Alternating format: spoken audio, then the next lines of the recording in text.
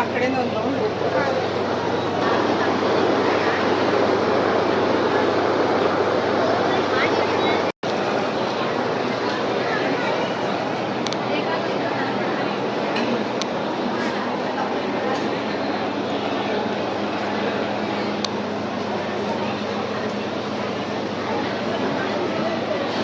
ಹರಳಿಯವರ ಪರವಾಗಿಲ್ಲ.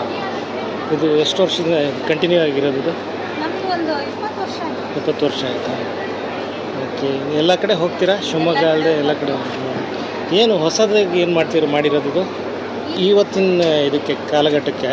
ಹೀಗೆ ನಾವು ಮಾಡಿರೋಂಥದ್ದು ಈಗ ಪಕ್ಷಿ ಸಂಕುಲ ಅದು ಕುಂಠಿತಗೊಳ್ತಾ ಇತ್ತು. ಹೌದು. ಪಕ್ಷಿ ಸಂಕುಲ ಯಾವ ರೀತಿ ಮೊಬೈಲ್ ಬಳಕೆಯಿಂದನೋ ಅಥವಾ ಈಗಿನ ಬಂದಿರೋದ್ರಿಂದನೋ ಅಥವಾ ನಾವು ಬಳಸೋ ವಸ್ತುಗಳಿಂದನೋ ಕುಂಠಿತಗೊಳ್ತಾ ಇತ್ತು. ಅದ್ರ ಬದಲು ನಾವು ಪಕ್ಷಿಗಳನ್ನ ಉಳಿಸ್ಬೇಕು ಅನ್ನೋ ಒಂದು ಕಾನ್ಸೆಪ್ಟಿಂದ ಈ ಪಕ್ಷಿಗಳಿಗೆ ನೀರು ಇಡಬೇಕು ಅಂತೇಳಿ ನಮ್ಮದು ಈಗ ನಮ್ಮ ಶಿಕ್ಷಕ ಧರ್ಮಸ್ಥಳ ಗ್ರಾಮಾಭಿವೃದ್ಧಿ ಯೋಜನೆಗಳಲ್ಲಿ ನಮ್ಮ ಸಂಘದ ಸ್ತ್ರೀ ಲೇಡೀಸ್ಗಳಿಗೆ ಅಥವಾ ನಮ್ಮ ಸ್ತ್ರೀ ಶಕ್ತಿ ಸಂಘ ಲೇಡೀಸ್ಗಳಿಗೆ ಏನು ಮಾಡಿದ್ವಿ, ಮನೆ ಬಾಗಿಲು ಗಿಡಗಳು ಅಥವಾ ಪಾಟ್ಗಳು ಇರೋದಕ್ಕೆ ಒಂದು ಪಕ್ಷಿಗಳು ನೀರಿಡ್ರಿ, ಮನೇಲಿರೋದೊಂದು ಸ್ವಲ್ಪ ಆಹಾರ ಇಡ್ರಿ ಅನ್ನೋ ಒಂದು ಕಾನ್ಸೆಪ್ಟ್ ಇದ್ದ. ಇದರಲ್ಲಿ ಒಂದು ಸ್ವಲ್ಪ ಅಕ್ಕಿನೋ ಅಥವಾ ನೀರು ಹಾಕಿ ದೀಪ ಹಚ್ಚೋದ್ರು ಅಂದರೆ ದೀಪ ಹಚ್ತೀವಿ, ಸಂಜೆ ದೀಪ ಹಚ್ಬೋದು, ನೀರು ಅಥವಾ ಒಂದು ಆಹಾರ ಇಟ್ಟರೆ ಒಂದು ಪಕ್ಷಿ ಸಂಕುಲನ ಉಳಿಸ್ಬೋದು ಕಾನ್ಸೆಪ್ಟಿಂದ ನಾವು ಮಾಡಿರೋದು ಈ ವರ್ಷ. ಚೆನ್ನಾಗಿದೆ. ಅಂದರೆ ಇದು ನೀವು ತಯಾರು ಮಾಡಿರೋದು ನೀವೇನಾ? ನಾವೇ ಮಾಡಿದ್ವಿ. ಓಕೆ. ಅಂದರೆ ಈಗ ಸಾಮಾನ್ಯವಾಗಿ ಈ ಥರ ಗುಡಿ ಕೈಗಾರಿಕೆಗಳು ಕಡಿಮೆ ಆಗ್ತಾ ಇದೆಯಲ್ಲ, ಅಂದರೆ ಇದನ್ನು ನೀವು ಟ್ರೈನಿಂಗ್ ಏನಾದ್ರು ಕೊಡೋದು ಅಥವಾ ಯಾವ್ದಾದ್ರು ಬೆಳೆಸೋ ಅಂಥದ್ದು ಏನಾದರೂ ಇದೆಯಾ? ಬೆಳೆಸೋ ಅಂಥದ್ದು ಇದೆ, ಆದರೆ ಅದಕ್ಕೆ ತಕ್ಕಂತೆ ಇಷ್ಟ ಬರಬೇಕು, ಅದ್ರ ಬಗ್ಗೆ ಇನ್ಸ್ಟ್ರಕ್ಟ್ ಇರಬೇಕು. ಅಂದರೆ ಯಾವ ಮಣ್ಣು ಇದರಿಂದ, ಯಾವ ಮಣ್ಣಿಂದ ಇದು? ಯಾವ್ದು? ಜೇಡಿ ಮಣ್ಣು, ಕಪ್ಪು ಮಣ್ಣು, ಕೆಂಪು ಮಣ್ಣು. ಅಂದರೆ ಪ್ರಮಾಣ ಏನು? ಪ್ರಮಾಣ ಯಾವ ರೀತಿ ಅಂತಂದ್ರೆ ನಾವು ಎಷ್ಟು ಮಣ್ಣನ್ನು ನಾವು ಮಣ್ಣನ್ನು ಶೇಖರಣೆ ಮಾಡ್ತೀವಿ ಅನ್ನೋ ಒಂದು ಗುರಿ ಇರುತ್ತೆ. ಈಗ ಒಂದು ಟ್ಯಾಕ್ಟರ್ ಮಣ್ಣನ್ನು, ಈಗ ಕೆಂಪು ಮಣ್ಣು ಒಂದು ಟ್ಯಾಕ್ಟ್ರು, ಕಪ್ಪು ಮಣ್ಣು ಒಂದು ಟ್ಯಾಕ್ಟ್ರು, ಈ ರೀತಿ ದೊಡ್ಡ ಪ್ರಮಾಣದಲ್ಲಿ ಮಾಡೋದ್ರಿಂದ ಒಂದು 10 ಬುಟ್ಟಿ ಕೆಂಪು ಮಣ್ಣು, 10 ಬುಟ್ಟಿ ಕಪ್ಪು ಮಣ್ಣು, ಇನ್ನು 10 ಬುಟ್ಟಿ ಜೇಡಿ ಮಣ್ಣು, 3 ಮಣ್ಣನ್ನು ನೀಟಾಗಿ ಪಾಯಿಸೋದ ರೀತಿ ತೆಳ್ಳಗ ರೀತಿನ ಮಣ್ಣನ್ನು ಒಂದು ದಿನದ ಮುಂಚೆನೆ ನೆನೆಸಿಡ್ತೀವಿ. ಮಣ್ಣಲ್ಲಿ ಅಲ್ಲಿರೋದೆಲ್ಲ ಕರಗುತ್ತೆ, ಕಲ್ಲು ಮಣ್ಣು ಇದೆಲ್ಲ ಏನಿರುತ್ತೆ ಇದಿರುತ್ತೆ. ಅವಾಗ ಅದನ್ನು ನಾವೀಗ ಸೊಳ್ಳೆ ಪರದೆ ಜಾಲರಿ ಅಂತ ಮಾಡ್ಕೊಂತೀವಿ, ಮಾಡಿ ಅದರಲ್ಲಿ ಜಗ್ಗಲ್ಲಿ ಹಾಕ್ತೀವಿ. ಅದು ಹಾಕಿದಾಗ ಮೇಲೆ ಇರೋ ಕಸ ಕಡ್ಡಿ ಈ ಥರದ್ದೆಲ್ಲ ಮೇಲೆ ನಿಂತಿರುತ್ತೆ. ಮಣ್ಣು ತಿಳಿಯಾಗಿರೋದು ಒಳ್ಳೆ ಮಣ್ಣು ಕೆಳಗಡೆ ಬರುತ್ತೆ. ಆ ಮಣ್ಣನ್ನು ಯಾವ ರೀತಿ ಮಾಡ್ತೀವಿ, 3 days 4 days ಬೇಸಿಗೆಯಲ್ಲಿ ಮೈದಾನದಲ್ಲಿ ಹಾಕಿ ಒಣಗಿಸ್ತೀವಿ. ಅವಾಗ ಅದು 1 day 2 days ಬಿಡೋಕ್ಕೆ ಮಣ್ಣು ಸ್ವಲ್ಪ ಗಟ್ಟಿ ಆಗ್ತಾ ಬರುತ್ತೆ. ಮಣ್ಣಿದೆ ತೋರಿಸ್ತೀವಿ. ಹೌದಾ? ತೋರಿಸಿ. ಈ ಪ್ರೋಸೆಸ್ ಆಗ್ಲಿಕ್ಕೆ ಎಷ್ಟು ದಿವಸ ಬೇಕಾಗ್ತದೆ?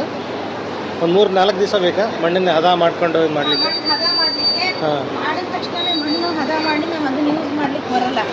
ನಾವು ಅದನ್ನು ಒಂದು 15 ದಿನದಿಂದ 20 ದಿನದ ಶೇಖರಣೆ ಮಾಡಿಡ್ಬೇಕು ನಾವು. ಅದು ಯಾವ ರೀತಿ ಅಂದರೆ ಪ್ಲಾಸ್ಟಿಕ್ಕಲ್ಲೇ ನಾವು ಯೂಸ್ ಮಾಡಬೇಕಾಗುತ್ತೆ. ಬೇರೆ ಇದರಿಂದ ಇಟ್ಟರೆ ಏನಾಗುತ್ತೆ ಅಂದರೆ ಡ್ರೈ ಆಗುತ್ತೆ ಮಣ್ಣು. ಈ ರೀತಿ ಇರುತ್ತೆ ಮಣ್ಣು.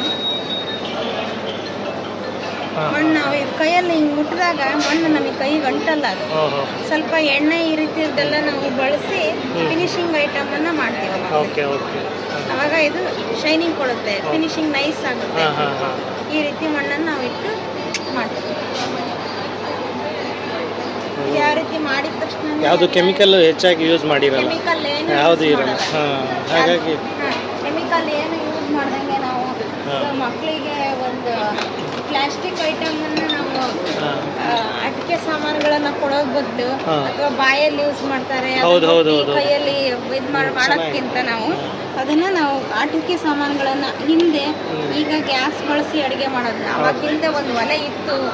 ಈ ರೀತಿ ನಾವು ಮಾಡ್ತೀವಿ. ಈ ಪ್ಲಾಸ್ಟಿಕ್ಗಳಲ್ಲಿ ಇರ್ತಾವಲ್ಲ ಜಾತ್ರೆಗಳಲ್ಲಿ, ಈ ಮಣ್ಣಿಂದ ಯೂಸ್ ಮಾಡಿದ್ರೆ ಒಳ್ಳೇದು ಅನ್ನೋದು. ಆಮೇಲೆ ನಾವು ಈ ರೀತಿ ಪುಟಾಣಿಯಿಂದ ಮಾಡಿ ಅಡುಗೆ ಮಾಡ್ತಿದ್ವಿ, ಬಿಸೆಕಲ್ಲಿಂದ ತೆಗಿತಿದ್ವಿ ಅನ್ನೋ ಒಂದು ಇಷ್ಟರ ಒಂದು ಪರಿಚಯನಾದ್ರೂ ನಾವು ಕೊಡ್ಬೋದು ಮಕ್ಕಳಿಗೆ ಅಂತೇಳಿ ಆಟಿಕೆ ಸಾಮಾನು ಮಾಡ್ತೀವಿ. ಇದ್ರದ್ದು ರೇಟ್ ಎಲ್ಲ ಏನಾಗುತ್ತೆ ಸಾಮಾನ್ಯ? ರೇಟ್ 250-200 ರೂಪಾಯಿ ಬೀಳುತ್ತೆ. ಸ್ವಲ್ಪ ಕಾಸ್ಟ್ಲಿ ಆಗುತ್ತೆ, ಬಟ್ ಆರೋಗ್ಯಕ್ಕೆ ಒಳ್ಳೇದು. ನಾವು ಹೇಳಿದ ತಕ್ಷಣ ಜನರಿಗೆ ಇದಿಷ್ಟೊಂದು ಅಮೌಂಟ್ ಮಣ್ಣಿಗೆ ಹಾಗೇನು ಇಲ್ಲ. ಒಂದು ಹೋಟ್ಲಿಗೆ ಊಟ ಮಾಡಕ್ಕೆ ಹೋದ್ರೆ 1000 ರೂಪಾಯಿ ಖರ್ಚು ಮಾಡ್ತಾರೆ ಬಿಡಿ. ಇಂಥವೆಲ್ಲ ಮಕ್ಕಳಿಗೆ ಆಟದ ಸಾಮಾನು ಪ್ಲಾಸ್ಟಿಕ್ಕಿಂದ ಕೊಡೋದಕ್ಕಿಂತ ಮಣ್ಣಿಂದು ಕೊಡೋದು ಚೆನ್ನಾಗಿ. ಮಕ್ಕಳ ಆರೋಗ್ಯ ಚೆನ್ನಾಗಿ ಆಟ ಆಡ್ತಿರ್ತವೆ. ಬಾಯಲ್ಲಿ ಹಾಕೋತಿರ್ತಾರೆ.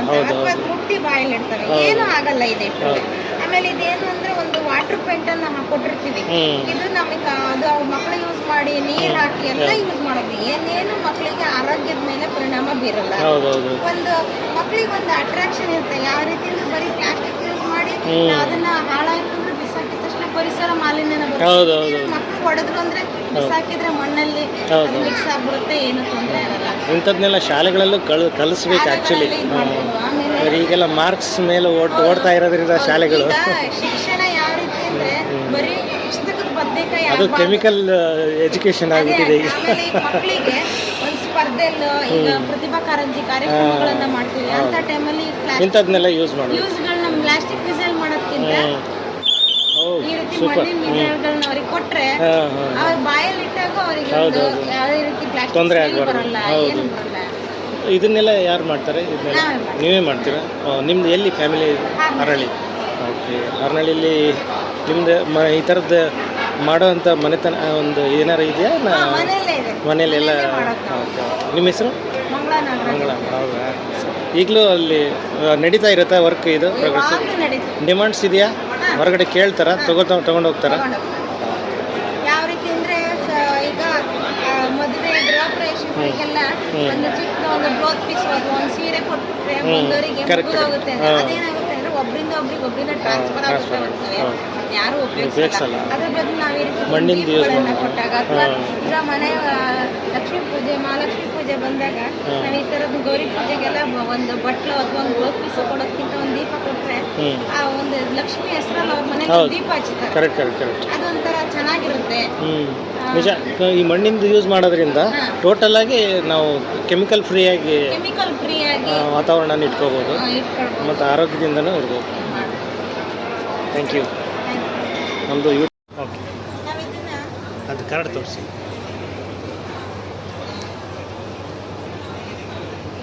ಓಕೆ. ನಾವು ಇದನ್ನ ಯಾವ ಮಟ್ಟದಲ್ಲಿ ಅಂದರೆ ಸ್ವಲ್ಪ ಆರ್ಡ್ರ್ ಜಾಸ್ತಿ ಬಂದಾಗ ನಮ್ಮದು ಈ ಪ್ರಾಡಕ್ಟನ್ನು ನಾವು ಹೊರಗಡೆ ಸೇಲ್ ಮಾಡಲಿಕ್ಕೆ ಒಂದು ಅವಕಾಶ ಅಂತಂದ್ರೆ ನಾವು ಒಬ್ಬರು ಮಾಡೋದಕ್ಕಿಂತ ಒಂದು ಸ್ತ್ರೀ ಶಕ್ತಿ ಸಂಘದಲ್ಲಿ ಸಂಘ ಕಟ್ಕೊಂಡ್ವಿ. ನಾವು ಅದರಲ್ಲಿ 14-15 ಜನ ಇದ್ದೀವಿ.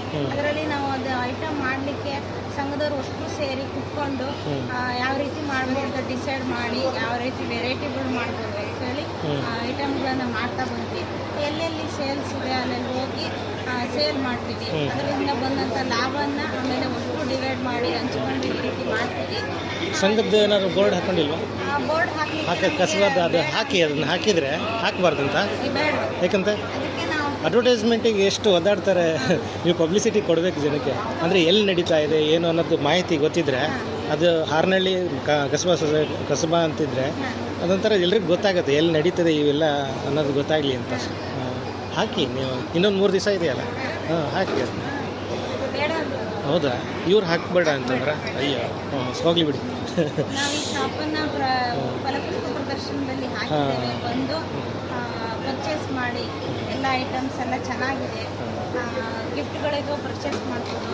ನಮ್ಮ ನಂಬರ್ ಕೊಡ್ತೀವಿ 6364513444 ಕಾಂಟ್ಯಾಕ್ಟ್ ಮಾಡಿದ್ದೀವಿ. Thank you.